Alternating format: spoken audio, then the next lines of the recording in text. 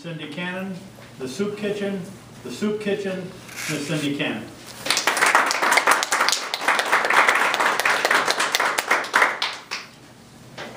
Thank you, Mr. Contest Master.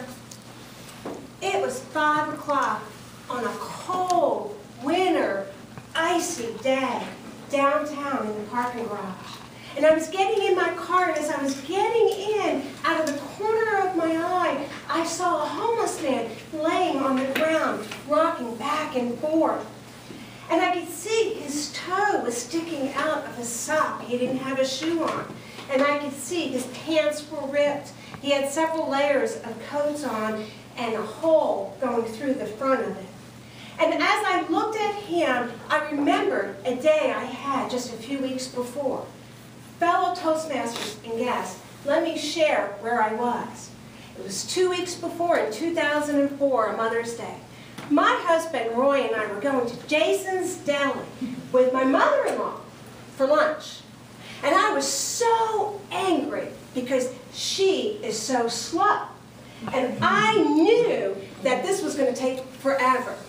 Usually when I go to a buffet, I go through, I sit down and eat, and by the time they come to the table, I'm done. So I decided this time I wasn't going to do it.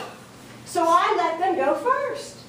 And my mother-in-law is so slow. I swear you can grow a vegetable garden while she's going through line. 2.5 hours later, we left. Now, I gave up my front seat to my mother-in-law and sat in the back because I wanted to look in that mirror and give that eye look to my husband to let him know how angry I was.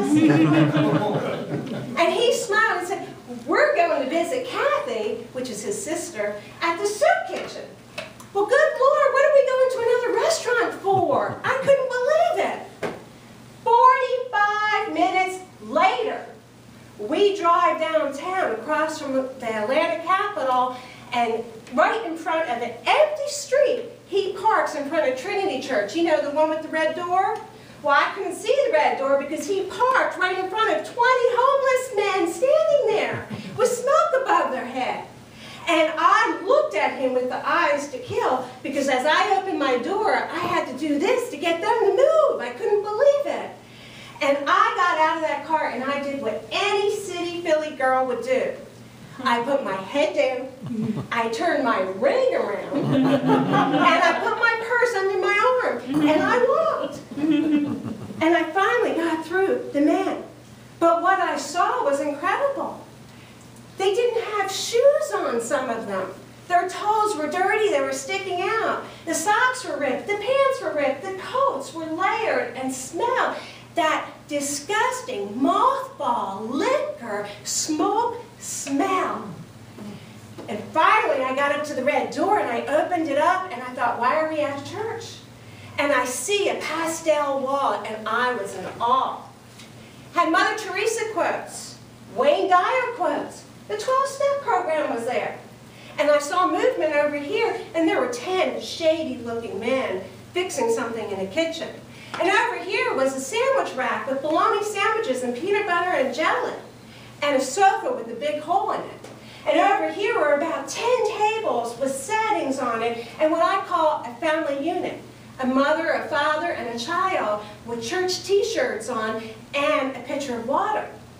And all of a sudden, waddling out comes my sister-in-law. "Oh, look! There's my sister-in-law and my brother, my mother.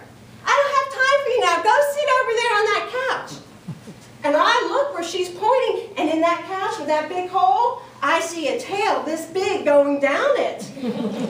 Roy's pulling me, and I'm getting upset, and I'm shaking, and he didn't see what I saw, so I'm really upset now and getting really angry. And I sit there, and all of a sudden Kathy says, "Are you ready? Put a smile on your face." And everybody looks back to where the door is. And I'm starting to feel a little funny because it's real quiet. And in come the 20 men that were outside. One by one, not saying a word.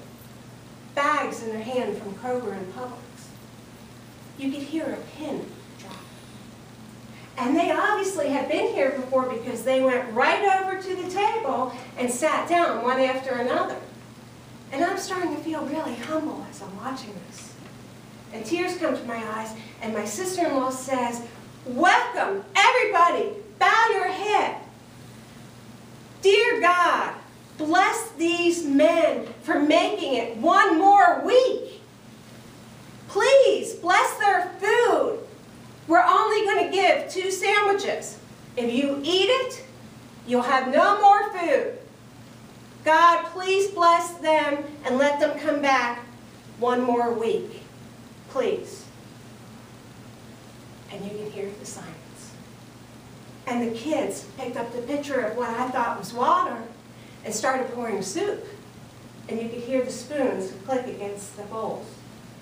And as I was humble, I thought, I'm going to do something. I'm going to help them find jobs. I will do whatever I have to do to help these men. And that brought me back to that cold, winter, icy day in that dark garage at 5 o'clock.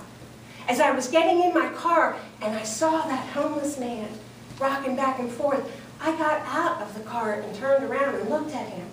And he had tears in his eyes.